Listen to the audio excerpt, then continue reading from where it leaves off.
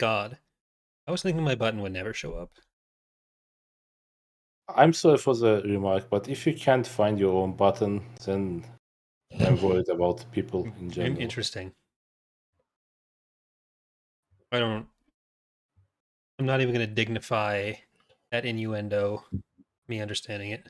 You are counted dignifying. No, I didn't say I wouldn't dignify it with a response. I'm responding. I know I'm responding. But if you'd please let me do the introduction to this podcast, Ilkin. Thank you. Go ahead. I Press the button. Man, come on. Hello there, everyone. Welcome to another installation of Tapcaf Transmissions, the only Star Wars podcast that spent the last 5 days in planning live in Halifax. I am one of your hosts, Corey, joined by two co-hosts this week, two other lovely Canadian boys. We have Mr. Eckhart's Ladder, as always. And he winked. That's great for an audio podcast. Hi. Thank you, Justin. And Ilkin of Kings and Generals. How are you doing, Ilkin? Hey, guys. I was better, but last week a bunch of events happened that made my life much worse. You want to talk about it? No, I just was in the worst place. You're not talking about Halifax, right? You're hurting my feelings. I was trying to hurt your feelings. Okay. But jokes aside, you succeeded. That was a nice trip. In general, I felt like we had a nice time with Mr. Corey. Mm-hmm. And Mr. Justin also was around for some of that stuff. So yeah, I had fun. Good. Glad you enjoyed it. You have to come back again sometime, maybe. Yes, sir. I'll do my best. We saw a hockey game. Okay. That was fun. Mm-hmm. It was a fun game as well. Yeah, and my bad luck showed itself immediately. A team that hadn't lost in 10 games suddenly find a way to lose when they were ahead. Mm-hmm. So, yeah. We got out. Went out that night, and then what else did we do? We did the Christmas parade. Yep. It was a fun time. Good stuff. Yep. Then me and Ilkin each had near plane crashes on the way home because it was way too damn turbulent. I still wish we'd gone on the ferry, but you and Dana didn't seem up for it, so. I was okay with that, but I saw the face Dana made, and I decided that I don't want to die with her on that trip. Maybe some. I don't think the ferries ever crashed. It closed later on. Pretty short. So we missed the last opportunity. Oh, did it? It's a pretty short crossing. It's only 10 minutes. I mean, you've done it before, Corey. And I'm very sad that I didn't get to do it again this time. We never made it over to Dartmouth other than driving through to and from the airport. But it's all over now. Yeah, that's sadly Zach and Charlie couldn't make it as well. But now Zach is currently in Sao Paulo right now, so he's having he was pointing out Ilkin's not proving his points about having other non-Avs shirts. He's got jerseys as well, and Kings and Generals merch. Right, so plenty of categories, but what he's also got is the experience of having read Star Wars: The High Republic Phase 3, Book 1, The Eye of Darkness by George Mann. Tonight's topic, very exciting stuff. More like George. That's kind of rude, Justin. You can say what you like about the book, but don't be. Let's try to have some decorum here. You're right. That's fair. But we are back to our main characters after an entire wave where we were back, 150 years in the past, was it? Which you didn't read any of the Phase 2, right? Mm-hmm. No, I might have read one, but no, I read summaries. I understand that Yoda has some knowledge with the Nameless. He probably could have told everybody else. But yeah, so we're back with the boys and the girls that we were first introduced to. I would say the best part of this book and the High Republic generally has got to be a few of the characters. Elzar especially is great. Buriyaga's fun. Loden, rest in peace. He was good. I almost called her Ava. Avar, she's okay, but we're back with them either way. Yeah, I think all the characters are generally good. It's just with this book in particular, there was even less time to really get to know them. We kind of talked about it with what was the third book in Fallen Into the Star, Storm. It was like the last one before the this, last kind book of phase 1, where it kind of felt like a lot of the things that Yes. attached you to the characters had already happened. And I kind of got the same sense here, where like I liked the characters, I enjoyed seeing them doing some of the stuff, but I didn't feel like I left the book with really a better understanding of any of them other than maybe Porter Engel.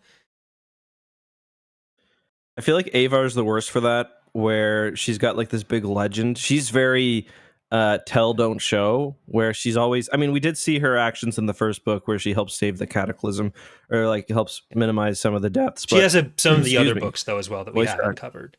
I think she's a bigger That's factor in right, those. and that's fair. I'm just saying, for me personally, like it does feel a bit like we hear a lot about her legend, but I guess it's fair. If Okay, it's any in some of the other general books. thoughts coming into the book that you had about some of the characters, especially? So we basically have 4 Jedi storylines, and we have one Yes. Nile storyline, more or less. And I feel like 4 Jedi Discount Vicky storylines. Shesh. Sorry? It's a discount Vicky Shesh. Yeah. Well, I kind of start to feel that she might be better than Vicky Shesh. Like, there's a bit more intelligence and a bit less of general, what's the word, wildness. Like, she actually tries. What's her name? Gira Gira? Staros. Gira Staros. Yes, she's a senator who basically became a turncoat and joined the Nile, and it feels like she's trying to at least carve some kind of position for herself, and she actually explores an angle that makes so much sense in terms of history. You always have when the empire like is built, you always have people who think about the expansion, and you always have people who want to consolidate what was already conquered. Mm-hmm. And she's kind of in the second camp, and it's really difficult because most of the Nile are basically mindless fucks, so there's not much going there. But she at least trying, and it seems that she might get something done, something interesting. My problem with her and really everything about this, I quite disliked this book. I even said I might be done with the High Republic after this. I might read the kind of the final big ones, but like the Nile are just not compelling, and I don't find it believable that even somebody who wants power would join what's just such a dumb organization. Like the Nile, all they do is they just kill each other. Like one of my major problems in this book is that the Republic, every member of the Republic is presented as this golden individual who they make mistakes sometimes, but they're always they're always thinking of others. They're always throwing for light in life. Even the biggest Jedi has so much empathy for the smallest little rodent, but the Nile are just like they've got no redeeming features at all. So I just she wants power. That's kind of her thing. But I don't know. I didn't find her compelling in that way when it's so maybe before I think we'll probably end up spending most of the podcast talking about the themes of the High Republic and I guess how that all tied into it for that. But just before we get into that, to give a bit of a primer for some of the people who may not have read the book, essentially this is set a year after the events of Phase 1. So we've had a year off in real life, a year off in universe. I think that's probably some of the motivation beyond the time jump back for Phase 2. But in that time, the Nile have put up a giant literal space wall, which I can see Justin shaking his head.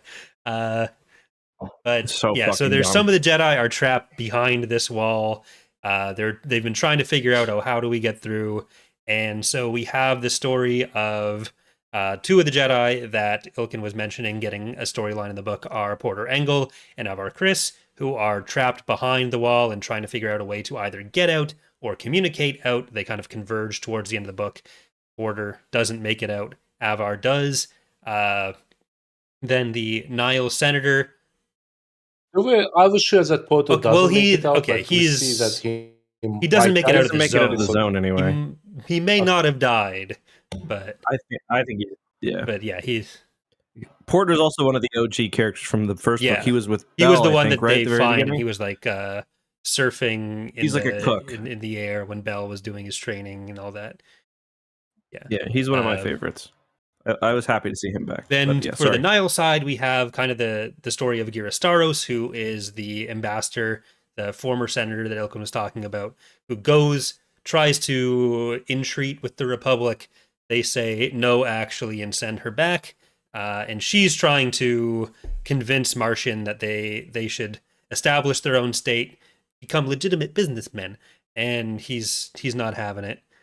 There's some other minor storylines with Melis Shrike and General Weiss, who are two of Martian Row's commanders now that the former Storm Riders are, I think they all died at the end of Into Darkness, which was convenient for them. Yeah, they kind of completely changed like the organization of the Nihil between. Because there were a lot of people that died when Starlight Beacon was falling. Yeah, I was trying to remember the name of the one who got her hand cut off. Lorna D. Yeah, right. She's still alive, I think. I don't think she's in this book. Is she still alive? I thought she died. Maybe not.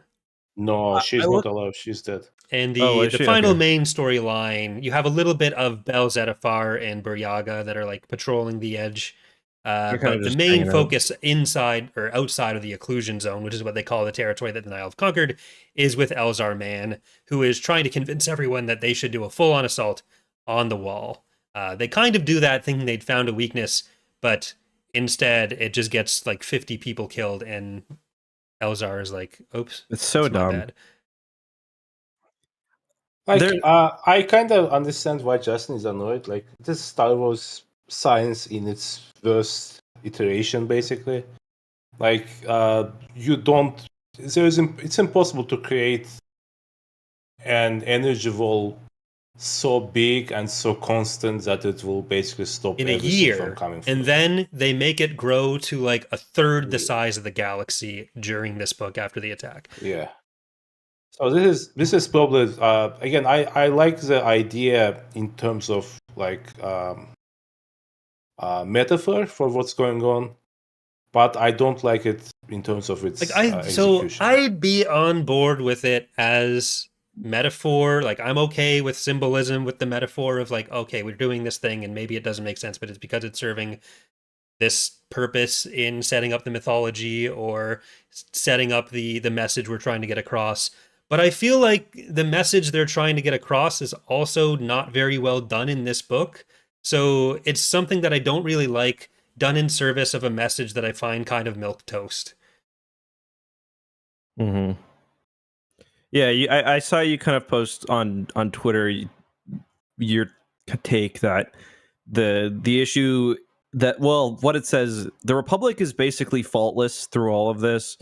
Arguably, they make some bad decisions, but even when they assault the wall, they're kind of doing it on the best available information they have. But it's just constantly the Nihil that are fucking them over, which is kind of weird because I think you also mentioned this. The prequels really do a lot of legwork to show like that the Republic is seriously flawed. In the Clone Wars, you can see how the Jedi, maybe they mean the best, but like they're making some serious mistakes. They've kind of lost a bit of some of their moral convictions. But here it's basically just the Nihil are kind of just fucking. Like, I think there are parts where the High Republic does a better job of this. Like in parts of Phase 2, like I really liked Convergence. I thought Convergence was great.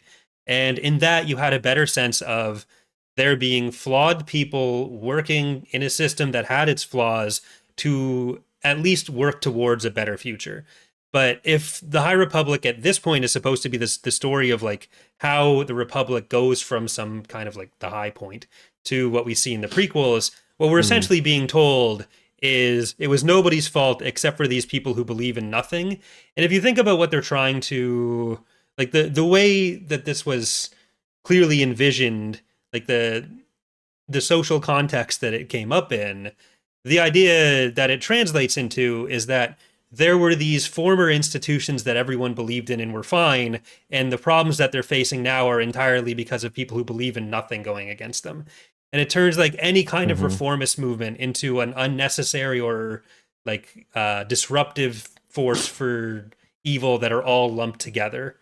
And I feel like it's not Yeah, great. you even have the chancellor Yeah. kind of say that, where the Nihil are like explicitly not like they're not a minority that has an issue with the system. They're not any of these things. They're just like shit disturbers. They're like just anarchists. I actually saw that tweet by Corey, and I will be honest, I finished a book like 1 hour ago because I was super busy. And I was trying to find that through line that Corey mentioned in his tweet, but I don't think it's there. Like overall, the message is muddled really strongly. I don't feel like the Nile do enough to be anything more than bugs, as I said. Yeah. But I always agree with Justin that the Republic is shown as almost perfect in terms of its intentions, at least, and you kind of miss some nuance there. You don't get to see. For instance, the book gives some lip service to the idea that some senators want to surrender to the Nile, more or less. But we don't see that in the narrative itself. Just it's said and that's it. So we don't see any real debate within the Republic. We don't see the real I don't know. Yeah. The flaw with the flaws, Republic or the nuance, characters on the etc. Republic side is that despite their best efforts in their they just failed to get through the wall. And like Yeah. they were very Lena So is very intentionally being like, "Oh, well, I would like to state for the record that there is nothing that we are doing wrong that they are actually rebelling against." It's like, okay, like what is the point you're trying to make with this if we're going to use the so you can either have the really good action. Okay, can I be a perfect sentence and defend Go Lena for it. So here? Like I think her point is that Minnesota's liberal. there can be real events that lead to some kind of revolution, some kind of uprising. And I understand that the chancellor of a global state would not consider any rebellion to be justified, etc. I understand that. But the Nihil are so openly not stirred by any kind of injustice that it's really difficult to like say that Lena So But says something I feel like wrongly, so you know? that was the choice that the authors made to make them like that. And I feel like on its own that makes the Nile incredibly uncompelling. But they're like that. Yeah, but it They makes are the like Nile that. entirely That I agree uncompelling. with. That I And you agree with. have the option to That I have agree with. them be like that Yeah. while taking advantage of other divisions in the Republic to cause these issues. And I feel like that was something that Phase 2 So did in my better mind, because you had the Path of the Open Hand exploiting the Irem and Arono stuff, where they were clearly still those people who were doing this for just because they liked chaos, essentially, and maybe we'll find out more about their motivations, but there was at least something they were working off of. And instead now the message is like they just fucking suck and they're gonna keep sucking. Yeah, like, I'm honestly. what did you want them to do? Did you want Markion to get like a backstory that I don't know a Jedi had raped his I don't know whoever? Like it's just wasn't there, you know. Well, there's From the get go, I'm honestly shocked they're still dealing with the Nihil. I remember when we talked book 1, phase 1, Corey. I think it was just me and you. Yeah. You like- thought that they will be done in I like thought 2 they were books. going to be done because the problem is like for one, I don't think from like a world building perspective the Nihil work. Like we're supposed to believe at the end of this book that the Nihil have control over 1/3 of the galaxy. They've got, you know, they've got Duros, they've got all these planets. They've got trillions of beings inside their space, and they can somehow this ragtag group manage to hold down a rebellion, which it makes no sense. Like it just doesn't make sense. That I agree with. Like you can't expect them to be able to hold against all these planets. Like even like middle-sized planets have some kind they of took defense force. Ariadu, which is the this baseline universe of is making so the new small. Republic fleet. No, they didn't take Ariado. Or they're They just on didn't the take border of Ariado. it. Actually, Yeah. Actually, I was looking for that. So the system Iliado is called It's in the Seswana Seswana, sector, which they Yeah. bisected. So in the first book, I was gonna say, Iliado, there's like an Ariadu fleet. destroyed almost a third of the Nile in one battle. And I think Ariadans basically gave a blood off or something that they will destroy Nile whenever they find them. So when the storm wall expanded, Ariada was just outside it. Right. Like that, they were planning to raid Ariada actually at that point. So It's just from like a world building perspective, I don't think, and like like them over expanding is part of the point. But even on like a basic level, I don't think it makes sense. And from like thematically, they're just not compelling. Like they're the most generic. Oh, if I was gonna play like, the new Spider-Man game has basically like, generic bad guy enemy that likes punk music and anarchism. It's like there's nothing there, and I just really thought by this point we would have progressed to a deeper story. isn't it Craven the Hunter? Yeah, there's like a side cult Like, though, okay. kind of, that I'm thinking. But I was just gonna say, like, it's just, especially where we know where this ends up. We know that the Nihil, unless they're turned into the corporate sector, they pretty much go away. It's just like there's just not a whole lot there. And the wall, like the wall, it takes the credit, like the little credibility that like the conflict has, and completely just it's insane. Like it's just so stupid. I don't like the characters are interesting. Some of the book is well written, but like, for one, nothing happens. You can read a two paragraph summary of this book because not much happens. We do get some character stuff. That I'm going to agree with. Like, we get like half of the book is Elsa basically whining, like, and the second half is basically whining. So that's true that not much is happening. Like, for instance, the attacks that you mentioned on the stone wall. In my opinion, it would have been better if that attack was the beginning of the book. Sure, but I mean, even that is so contrived. Like, okay, we can't attack the storm wall because it repairs. It makes itself. the galaxy feel so. Nothing has ever made it feel so small before. Small. This is something that cuts the like literally cuts the galaxy in half, and then like it's an attack. Like the biggest force they can muster loses 50 people, and this like is not 50 ships, 50 people. Elzar is upset. No, I know. Yeah. I mean, like across all their different fleets. So, like, the thing is, there's no reason. Okay, for one, the fact that the wall, that there's a malfunctioning beacon, it makes no fucking sense whatsoever. They're like, there's a malfunctioning beacon, so we'll destroy all the beacons around it. Like, the Nile are definitely going to notice all their beacons being destroyed. And like, what's the difference between having to destroy 6 or having to destroy 7? Like, you're in a galaxy of a trillion beings. Just put a couple starfighters around that one that's like, I just understand what they were going with for that. The wall. I think at the end of the day, it doesn't work because there was, unless that was the only one connected to the rest of everything, then there's going to be other adjacent ones that can tell that those got destroyed. But if the idea is like, this one is always broadcasting the all clear, so if we get the other stuff down and it can't broadcast the all clear, or it's still broadcasting the all clear, that's an opportunity. But it doesn't make sense when there's going to be stuff at the other side of the 7 that you're destroying, or the 6 that you're destroying. So it doesn't. Yeah, I mean, they can just sit there and like, these things don't fight back. They could sit on the wall and chew it away for as long as they want. They don't, and it's just like it does make the universe feel so small. And that's been like a problem since the first book, in my opinion. And it's just very weird. I think it exacerbates the timeline issues where it's so close to everything else as well. It's just, it's the central conflict in this book is just nonsense, and I have a hard time getting past that. Okay, I felt a bit better about the book while I was reading it, but the pacing I didn't like. Basically, we have 4 groups of Jedi trying to do the same thing, and I felt like as well.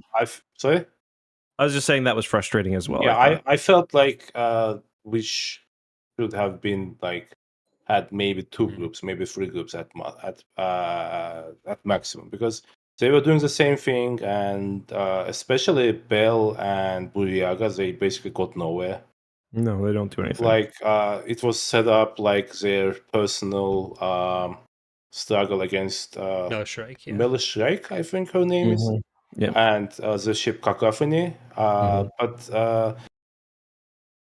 this was useless, more or less. Like, you didn't need to do that at all. Like, I understand that people like Buriaga, I understand that some people like Ember, some people like Bell.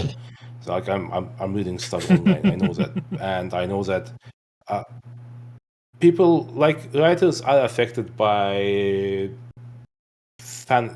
by the fans. You know, like, if the fans love someone, there's a chance that that person will get more lines in the next Yeah. movie, book, or whatever. So that makes sense. I just felt like the pace overall wasn't there.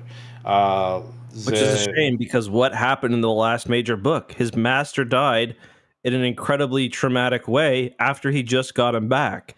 So I was like, I don't think we hear Bell talk about Loden more than like he thinks about the training ones. But so I sorry think to interrupt. he talks about him once when there's an execution of the Jedi Master. So Bell kind of remembers how Loden died. So, Yeah, like, which is if you small like a few small reminders like that, but overall, like, it's completely perfunctory, I guess it's a word, like yeah. useless storyline that leads nowhere. Again, I like the characters myself, but it Yeah. didn't work for me. I also didn't feel like Elsa was doing enough in terms of like, at the end of the book, we're told that it's Elsa's messages that helped Engel Porter to find a way to send the message to the Republic. Mhm. But in my opinion, that was a bit contrived, basically. It's just like these characters all have like, especially Bell and what's his name. They both just went through so much trauma. And like the message of the book is kind of that, okay, everything is going wrong for all these characters, which is interesting because we're like in the third part of a story, everything is still going wrong for these characters, and it gets worse. They get very little victories in this book. Like the last, 10%, they get a couple wins, but everything goes poorly. So it's like, how do they remain positive and keep going? Like there's that one section where Avar steals the grain shipment and ends up being like, oh yeah, we're just gonna die 2 weeks later now. And that's interesting, but I just find like there's a way to handle or to deal with, like, what's not Stellan, he's dead. What Elzar, he basically helped cause the destruction of Starlight Beacon. And it does feel kind of perfunctory, like you said, where he's thinking about it, but he's pretty level-headed in this book. I would have liked to see the characters like struggle with what they're dealing with in a more kind of real way, other than, oh, I'm thinking about it. I posted on Twitter, the most frustrating example of this for me was after the Jedi Grand Master is murdered by one of the levelers. They have like a big meeting, and before the meeting, Elzar's going in, and he's like, Elzar knew that even though he felt strongly about it, it was ultimately just his opinion, and that everybody had an opinion, and that his was no more valid than everyone else's. It's like you're going out of your way to make Elzar and the whole idea, really, the whole era, really, this idealized version of good, that you're making the characters ultimately uninteresting. I think part of it is like there's so I many can't, of can't argue those with that. lines, like the need to have all those characters present, that everything they're doing feels Mm-hmm. fairly utilitarian and shallow, where like the end result of Bell and Buryaga's story with the cacophony, which cacophony and Shrike I think they were made for this book. And so like you think there's going to be some comeuppance between them potentially, but because there's so much that has to happen, that fight is actually between Shrike and Avar, and what they end up doing is being there to intercept Avar. Whereas you could just as easily get some extra exploration of how Elzar's feeling and have another expression of him feeling he needs to do something by having him end up on the front lines, looking more at the like how do I get through this wall, and have him be the one that finds Avar. Then Avar and Porter's story are very similar. It's like it's them communicating through a droid, try to get through the wall, and then they converge because of Rill's message. Yeah. And I feel like you could combine them a bit more if you want to have both of them have them be together earlier, because they were kind of mirrored chapters.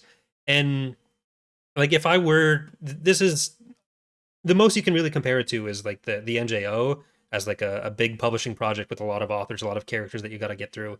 And I think that one thing that you can see some trade-offs in between how it's done here versus how the NJO does stuff is NJO you might not hear from certain characters for a few books, but within a book you're not hearing from as many characters, and I think that lets you get through a bit more depth with them. And I think some of the like young adult books were actually really good for this for phase 1, where like Reith Silas got that whole book that was him and one or two other characters with the Drengir, and I thought that was great. And like you had one of the phase 1 books that was really hard on just Elzar and Stellan. Like you got a lot more exploration of them. There was a bit of some other stuff going on, but you really got a sense for both of them as characters. And I think that's something that was kind of missing here because it was like trying to set up so much. Oh, it was more or less Ava's book, right? At the end of the book, she basically comes to the decision that love is good, and we stand and we ship Elzar and Ava. I do. Yeah. I do ship them. I do ship them because, like, at least that if they are together, that might stop Elzar from move over Winter and Akbar. But am I misremembering, or was there not a scene in like the first book that alluded to them like getting it on when they were Padawans? I can never remember if it was like Elzar and Avar or Stellan and Avar, but I think it was Elzar and Avar, and it might have been all three of them, so we don't know.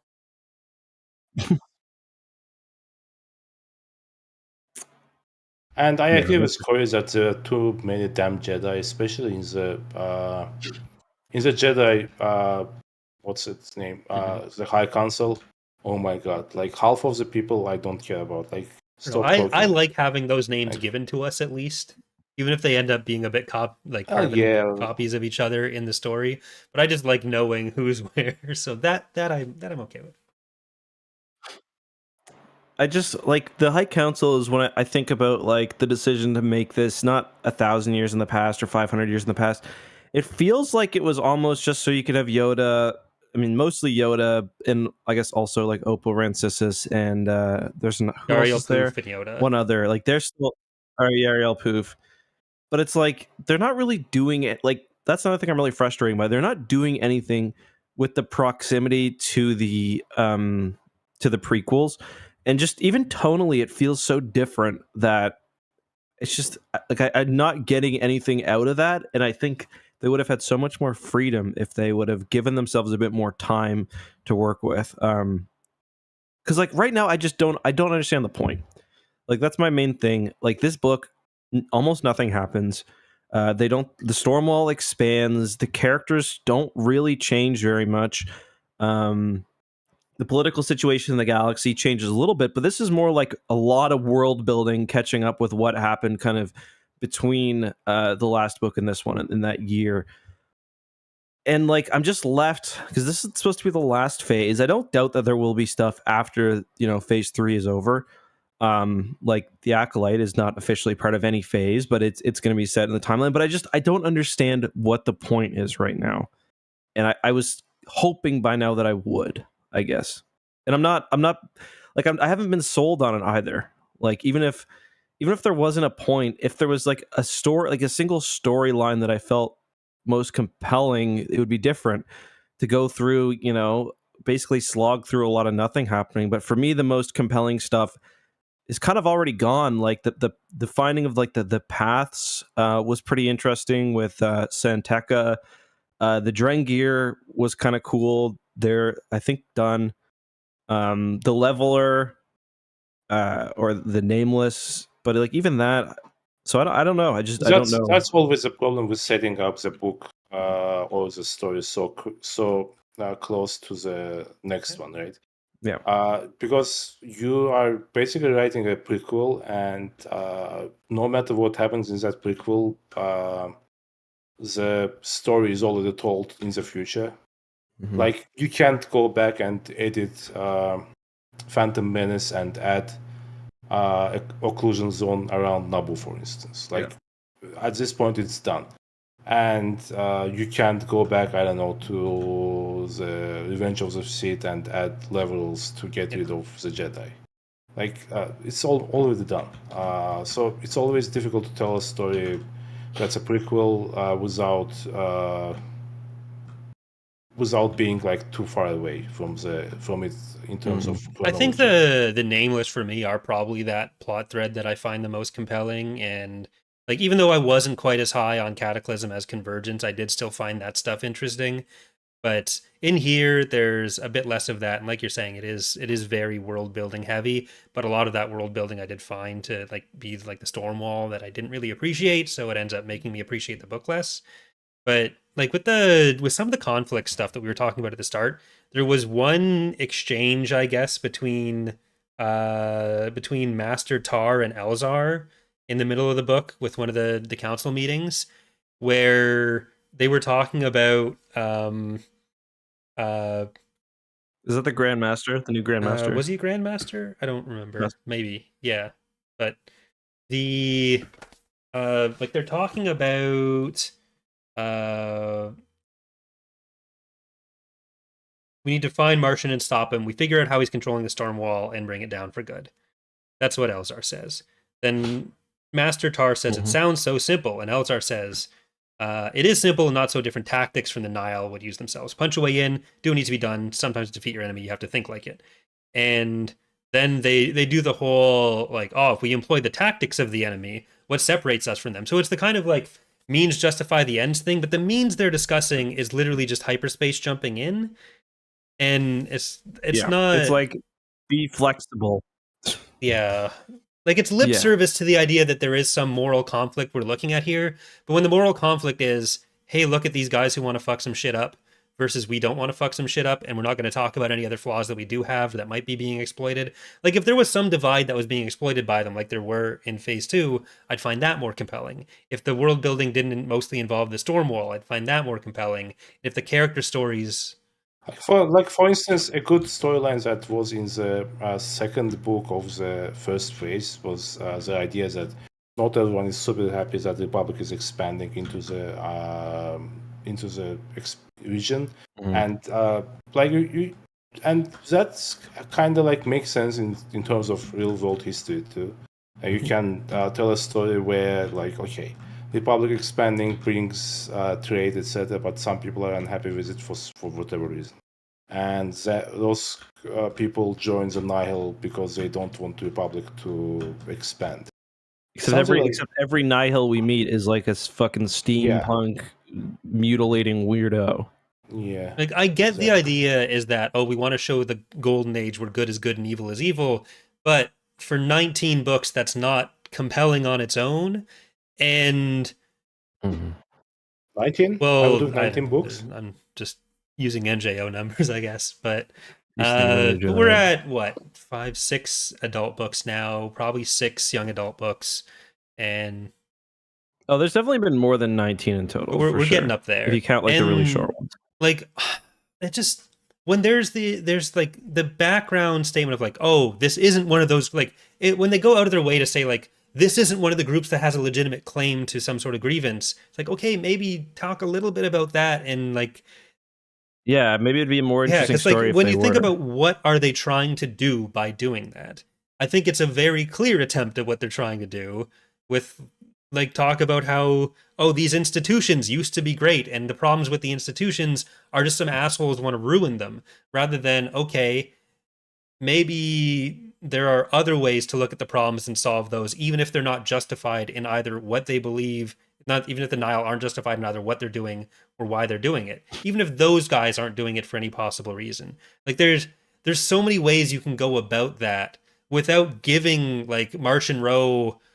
You don't need to justify him himself, but you need to have some sort of conflict that makes sense or some sort of motivation you can examine.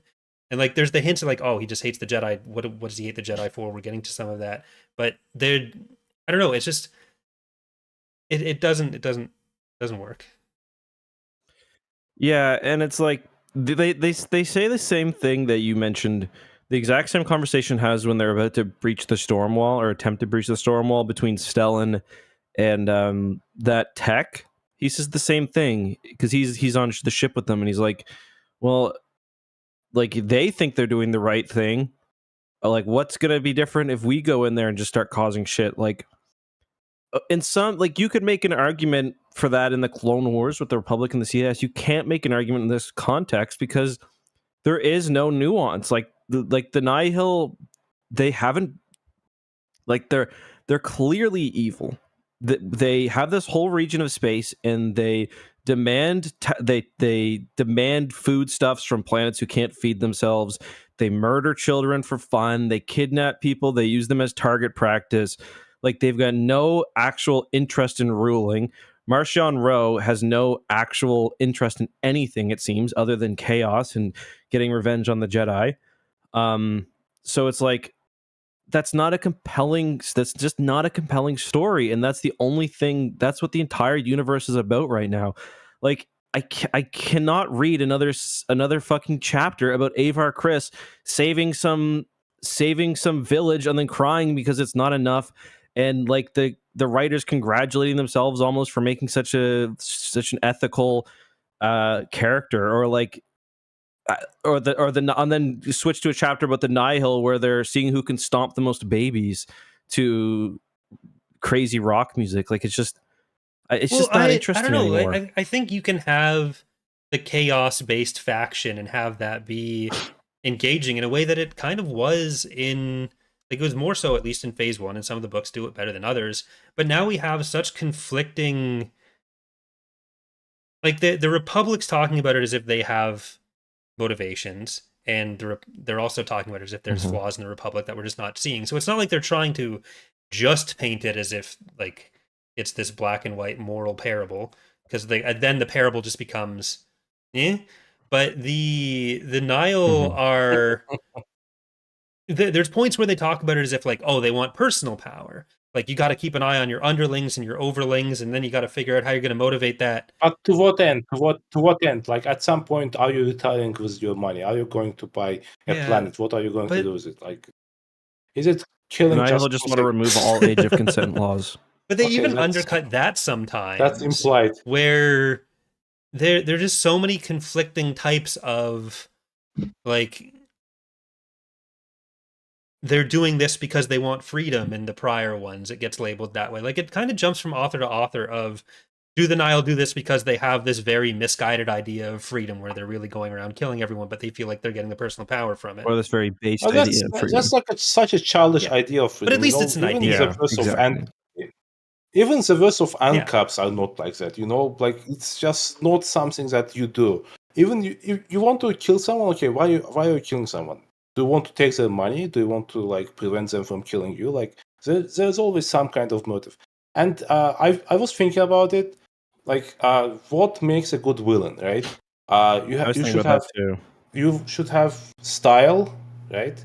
You should have real threat. You should be real threat, and you should have good motives, interesting motives. So on 2 or 3, Nile are perfect. They are real threat because of the magic, technology, whatever. Even if technology is stupid, even if the level is stupid. They have style, obviously, because it's really like a fun idea of like rock playing. Who doesn't like evil ships, etc., etc. Yes, but they have zero in terms of motivation. I saw it in Mad Max. I'm good. Aside from that, I like there was hints of interesting stuff with Martian in this, where like the voices he's hearing, I find that interesting. I hope, like, I wanted more of that. Yeah, I was surprised they didn't do more with that. Yeah, I think they mentioned his father talking to him, but just once, and they didn't go back to it, which was a bit. If they really wanted to explore the idea of like, are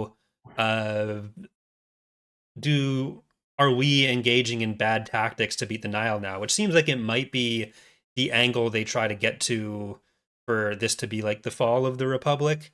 Like you could, without, I think the hyperspace discussion that Elzar and Tar had was like really contrived, but I feel like Yoda bringing in one of the Jedi from phase 2 who had gone to the dark side to live longer, and which is really interesting. Like in this period, they don't kill Dark Jedi. I mean, they don't really kill them in the Republic or the Clone Wars either. They kind of just usually leave. Well, if they can be killed, they are killed. Like here, he No, comes. I wouldn't say that. They've got all those 12 Jedi who leave, and some of them go Well, evil. it says he's using the dark side, so he's like know. epistemologically evil based on how Star Wars works. But I don't know if he's ever like killed anyone. He's just doing some messed up necromancy to keep himself alive, which they're all kind of skeeved out by because dark side is dark side. But if he hasn't killed anyone, the Republic's probably not cool with it. Necromancy implies that you are killing someone, you know? No. Well, he's keeping himself somebody, isn't it? Revived. I was gonna say he was borrowing some power from Henry Kissinger, but that's gone now. Yay! But so you had one joke and now it's gone. I need to. It's awful. Once Jimmy Carter's dead, Corey's gonna retire. I'm not saying that name because I've been way too on top of this recently. So you guys might find it interesting. We actually have an obituary rated ready for Jimmy Carter for 1 year now. And every time I look at the script, I'm like, really? You wrote it 1 year ago? Yeah, you weren't prepared? I need to go back and check if Kissinger is mentioned in that script. So I posted excuse me. I posted the other day on Twitter about about how it's kind of it's just too basic, kind of what I would talk about. It feels too basic of good versus evil. And people pointed out, yeah, but that's what Star Wars always is. Like the rebels are unequivocally good and the Empire is unequivocally evil. And I was like, that was a good point. I was thinking about it. The difference is like the Empire and also the Sith are at least rooted in real world evils. Like you can understand how the Empire became the Empire. You've got, a fascist regime and you've got soldiers who are just following orders. Like that, we understand how stormtroopers become stormtroopers, and we understand why the Emperor would want to be the Emperor. He's got, he's a power hungry douchebag. All these Imperials are power hungry douchebags.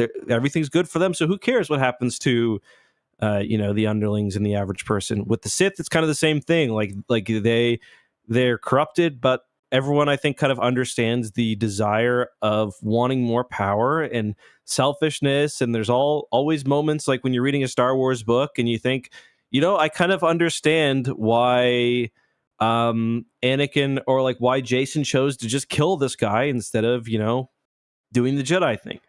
Well, with the Nihil, it's like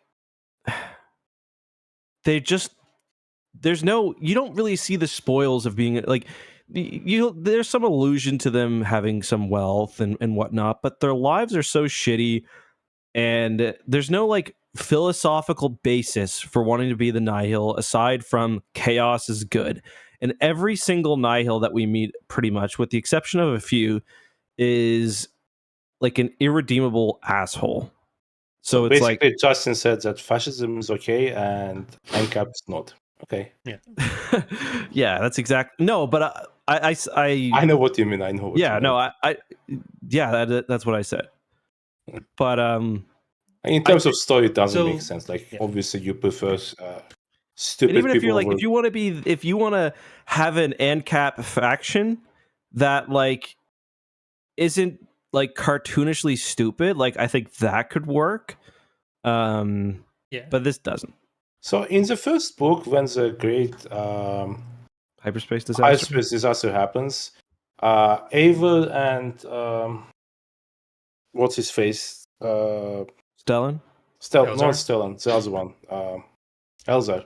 They go and they find Santeca clan and they kind of talk about the whole hyperspace, etc., etc. Do you guys remember that portion? Mm-hmm. So, and now that hyperspace became even more important because of that blockade, it's kind of interesting that the Santeca clan doesn't pop up again. I wonder if they will be featured in the future book or like comics or something like that. Well, is Mari dead? Yeah, I mean, I thought she did. She's dead. She's dead. Yeah. She's dead.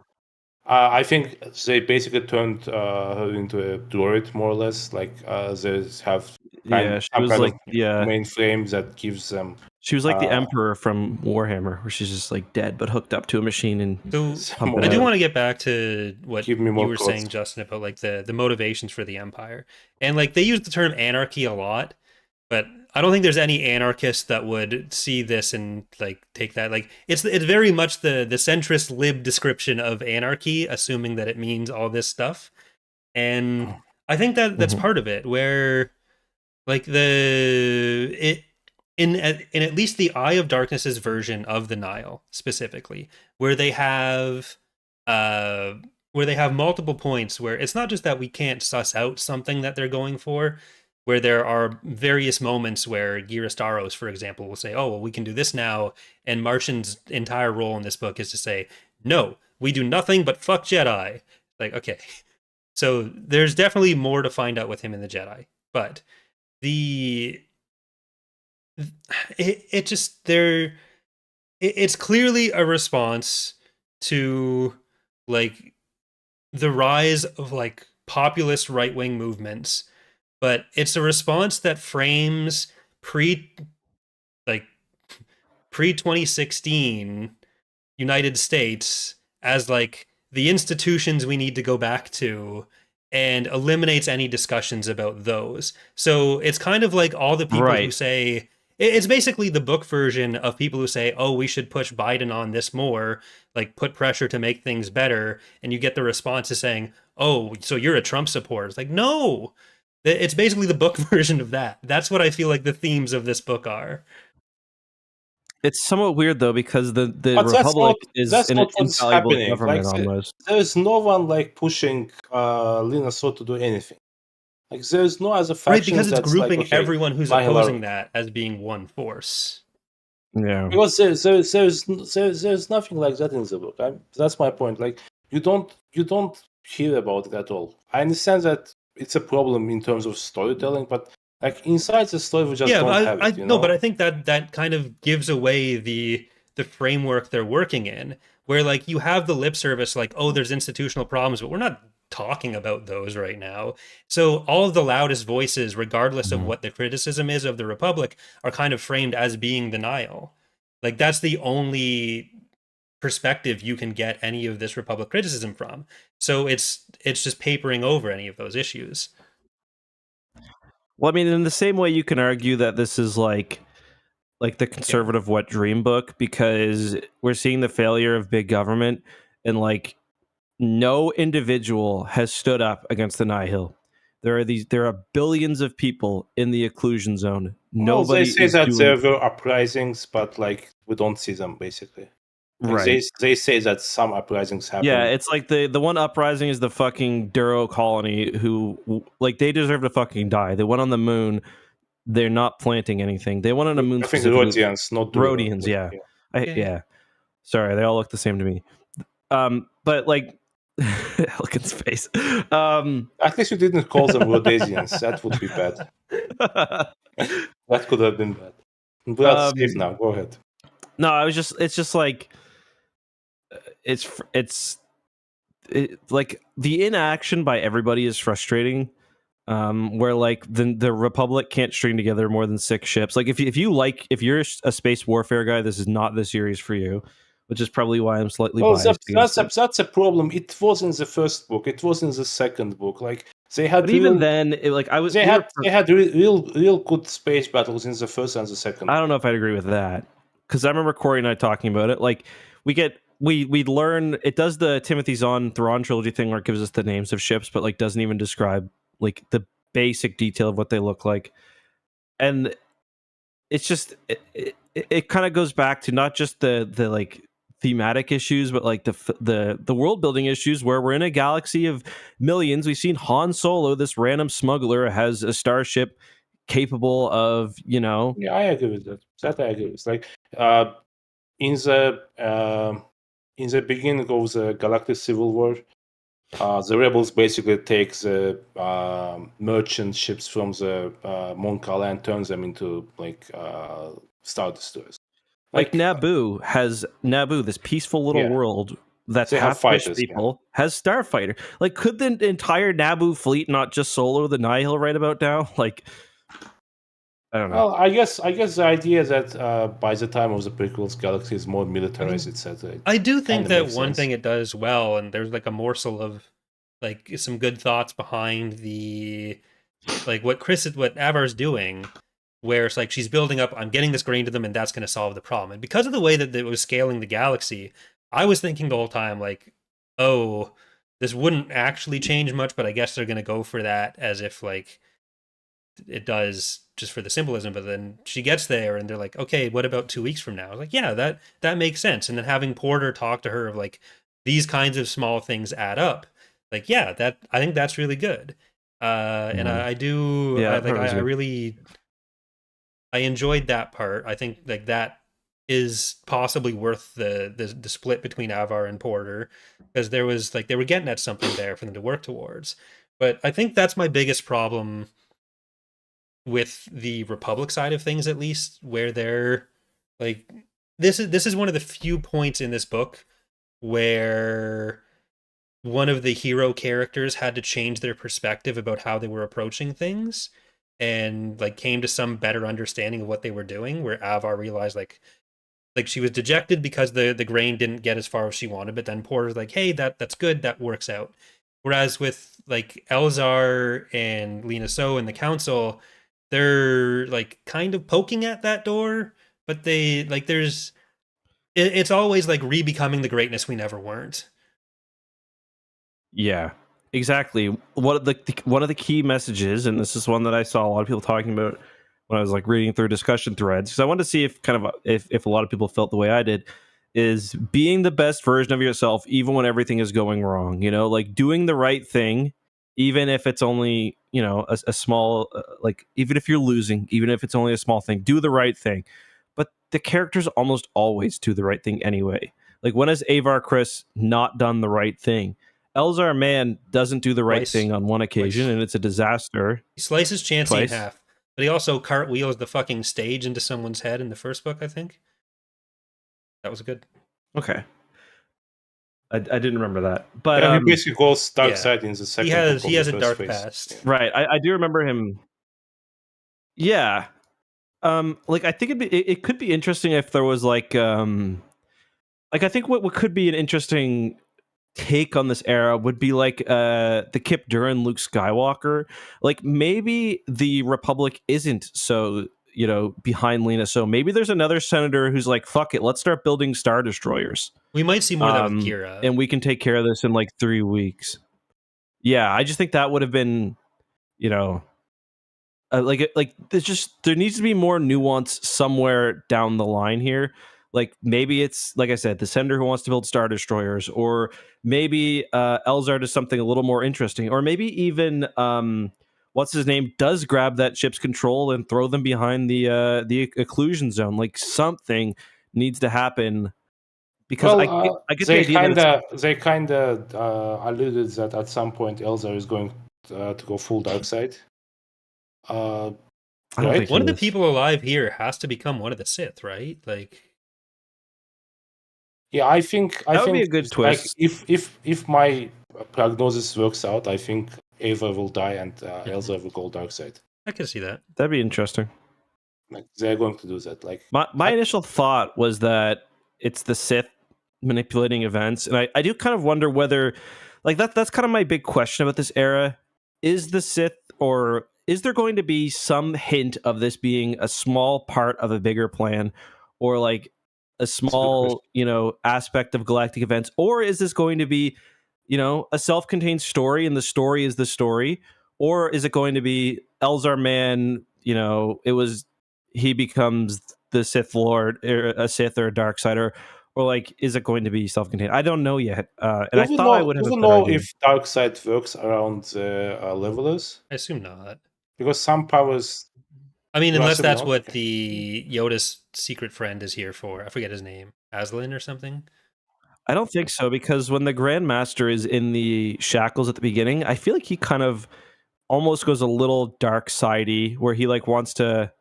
I feel like he wants to do something, like he wants to use his anger Yeah. against Martian Row, and he can't. But maybe I'm misremembering.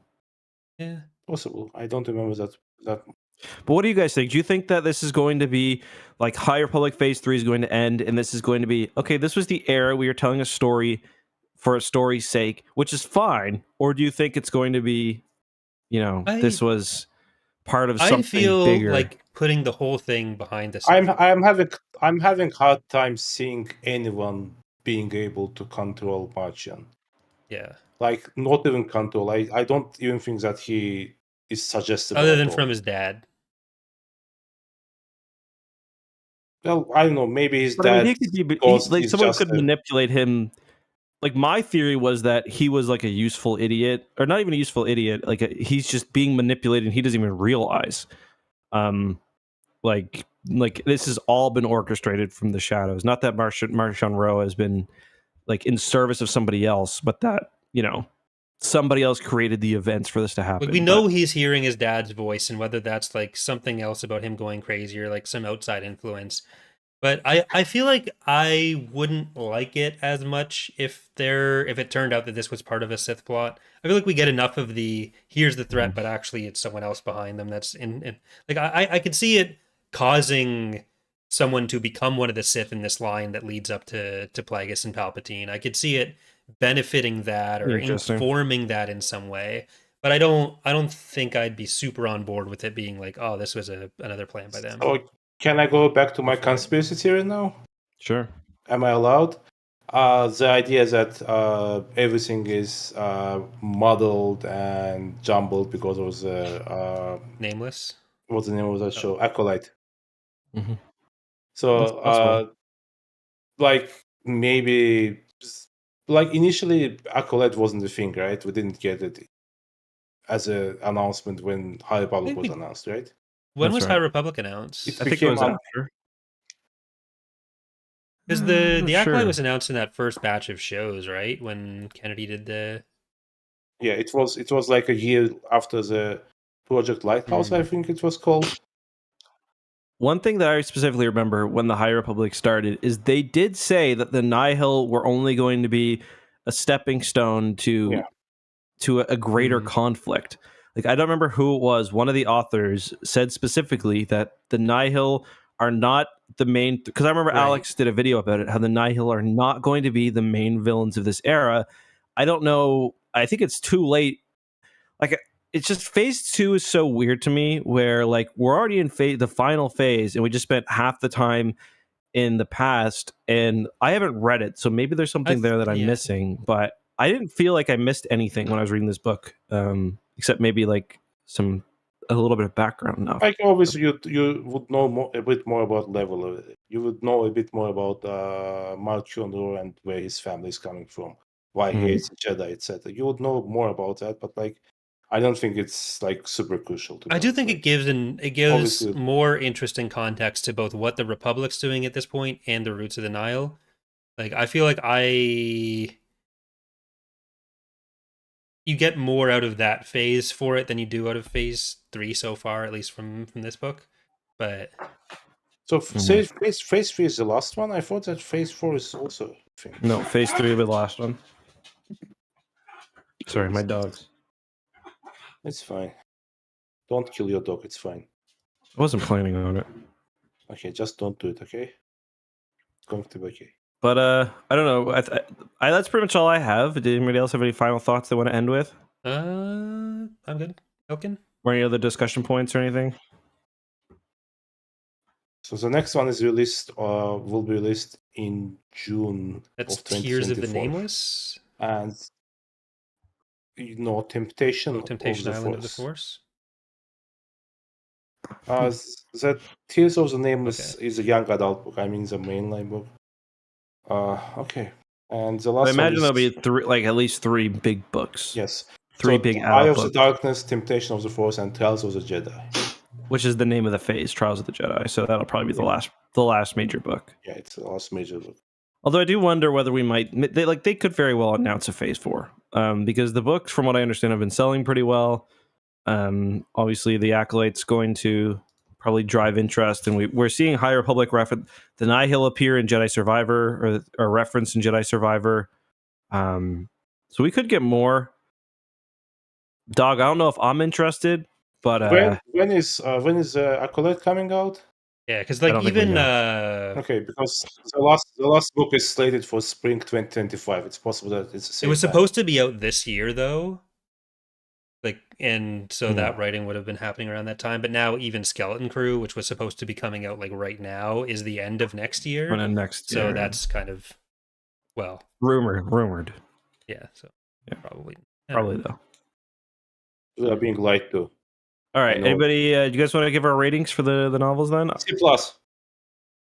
see. God damn! He just shot that off. I knew that it's coming. So C C plus. plus. Okay. What about Yeah. you, Corey? It's a D for me. It's always D for you. That's just what you crave. I do not give D's out lightly. Like D was like Okay, I'm not going. Yeah. yeah, it's a dick joke. Yeah. I know. That's why I'm not going to it, because like. Well, I didn't make the joke, but I don't give many D ratings on this podcast, but It was didn't do that. it for me. Like, what else did you give D? Like, can you check and tell me if? do you have it open, Corey? It never opens in my Look at it. Hold on, I can pull it up in a second. Look at it and tell me that the ones you gave D are the same level as this one, because I think like this is at least competent, if not perfect. Oh, it's competent, but It's that not almost D. makes it worse because like it's finely written, but like it's not finely thought out. It's not compelling. It's not like So for me, the actual writing being okay doesn't save it. I didn't dislike the book while reading it. I enjoyed parts of it. I enjoyed the characters like we were kind of starting off with, but like there was never a point where it really grabbed me or I had any real reaction to the stuff going on. So I honestly kind of feel like in rereads, if I reread the High Republic, I don't know that I'm gonna give it more than a skim. So here's the ones we've given D as well. Battle Scars. I don't even remember That's what book Jedi. is that again. The Jedi book. Oh yeah, that one stunk. Battle Stars, Balance Point. I gave it a D. We both gave Planet of Twilight a 1, which I think is fair. We gave Dark Saber a D. Corey gave Children of the Jedi a D. I gave it an F. You gave Darth Bane Rule of 2 a D. Would you still give it a D, Which you think, one was if we that? read it again? Rule of 2. The second Darth Bane. I don't know. I've forgotten most of it, which is not. I don't know. I know that's great. So I think that your main problem, I remember listening to it, your main problem was that it was a retread of the Right. first book. Yeah, I probably would, honestly. Isard's Revenge, we gave it a D. Champions of the Forest and Dark Apprentice, we both gave D. You gave Champions of the Forest a 1. Jedi Academy, you gave a D. And Krytos Trap. I doubt I'd give Krytos Trap a D. This one is better than all of this. And we gave I don't think so. Rebel Stand a B, both of us, I think, as well. Okay. Yeah, this list hasn't been up. I don't think it's fully Rebel updated. Stand But and yeah, Eye of Darkness. Yeah, like I don't know. I don't feel like it's on the level of the things I've given. Yeah, we both gave this book the same as Battle Scars, and I kind of that's fair. I gave the same as I think OBS just disconnected for me. But there we go. Because I do think this is bad. So yeah, that would be a. Yeah, I think are we're we good. back live now? Okay. Yeah. So I don't know. I feel like based on our descriptions, we've got accurate ratings here. Because like I don't think I would read this again. I don't think Like I'd ever read Balance this book Point. again. Yeah, the Balance Point being consistent with you. Dark Saber being consistent with you. Isard's Revenge being consistent with you. Like it's not like you've been. I can see that. Yeah, and the audiobook was really good too. I'll say that, unsurprisingly. Except the Jedi Grand Master, he used Talon Card's voice for it, like his Legends Talon Card voice. So I've given so many books a C, but I guess that's how it's supposed to work. yeah, we've both given mostly. Yeah, that's the Cs. middle of the scale. Then like we're a lot more positive than we are negative. We also have we also have a harsh scale where if it's just okay, it's a C. If it's better, it's a B. If it's very good, it's an A. And if it's the best, it's an S. And then bad is D, awful is F. And we've only given 2 books Fs each. So those are Planet of Twilight is the only joint F in Tapcaf history, and then it's Champions of the Force for me and Children of the Jedi for Justin. It's. Yep. I obviously wouldn't put it at a D, but I am defending Justin's right to do so.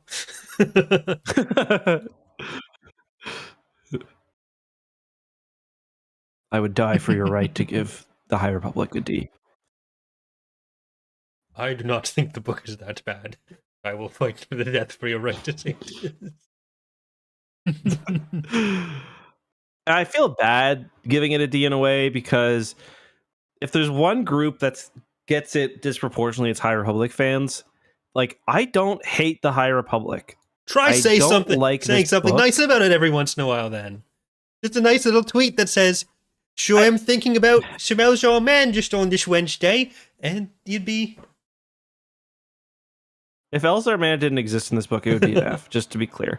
But, no, like, what I mean is, I like the idea of the High Republic. If Bell and Buryaga weren't in the story, would you give it at least C? No, because I like Bell. What did I give Convergence? I think I gave Convergence something pretty high.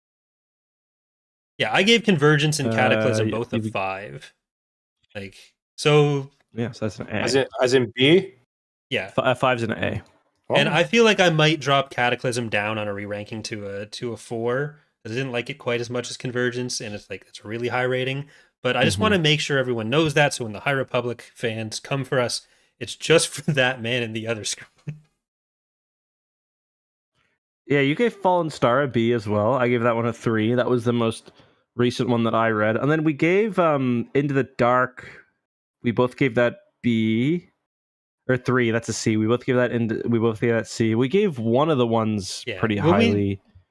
What was the one B? Oh, Rising Storm. We both gave A. So, like, I could see a review resulting in Fallen Star going up possibly as high as an S, and Cataclysm going down to an A or to a B. That would be my High Republic adjustments. But like, this is probably the lowest I've been on a High Republic book. And like, having the series have a C as a low for me. Bad timing too, because we're back. It's just it's poor timing. I mean, fans seem to like it, but it just kind of stinks that we're back to the characters and it's a subpar book.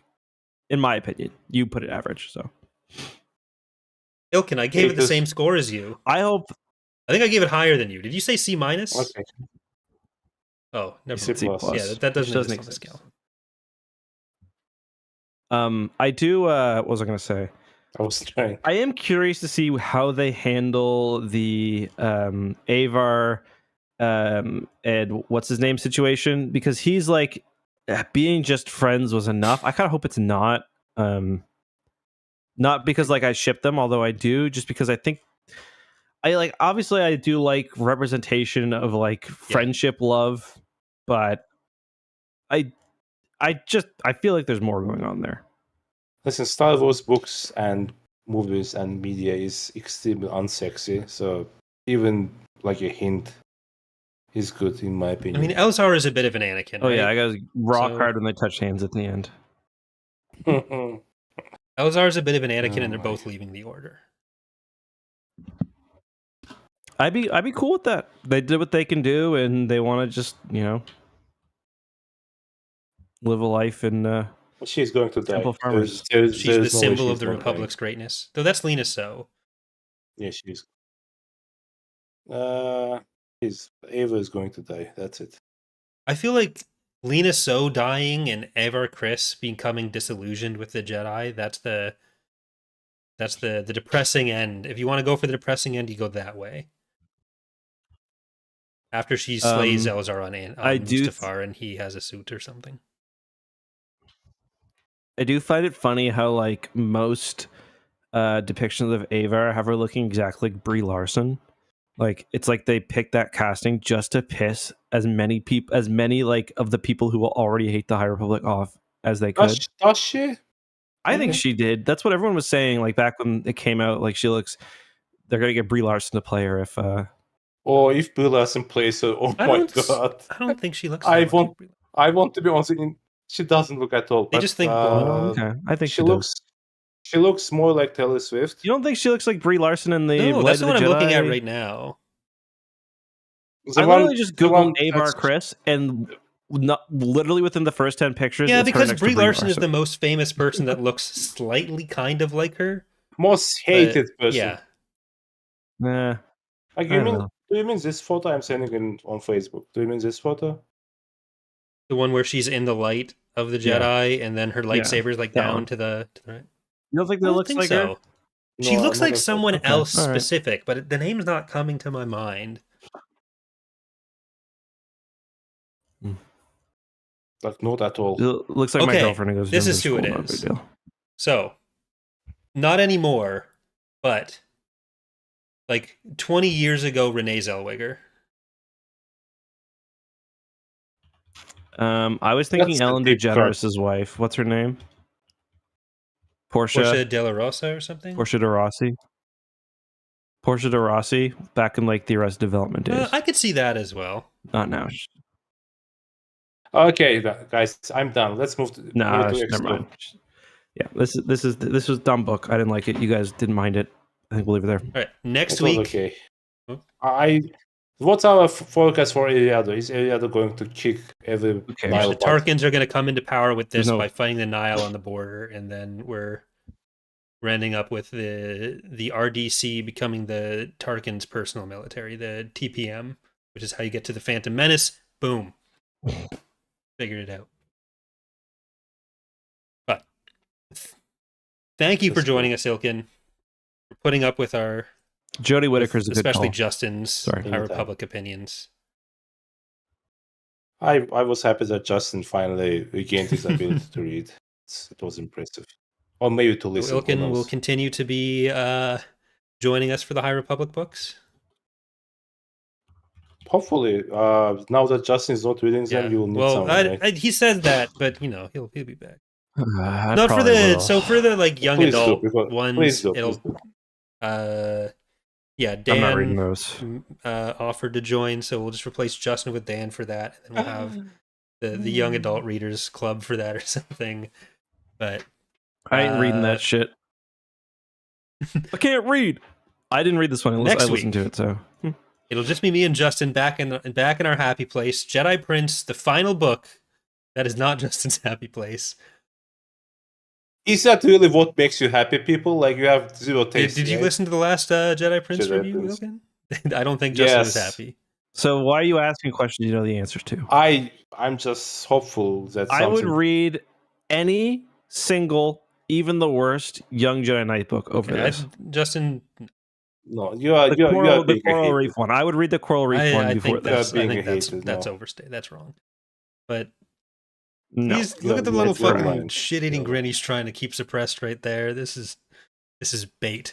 But we're about to go play some Beerio. This is Justin. It's not bait. Let me end the goddamn podcast. Thank Ilkin for being here. Thank me. Thank you, Ilkin, for I'm being a good here. Ontario boy. That's important. Old stock Galactic Republican. We don't say old stock here. Okay. Podcast is ending. We're about to go play Beerio and stuff over on X2. Bye, everyone. Yay. And doesn't even wait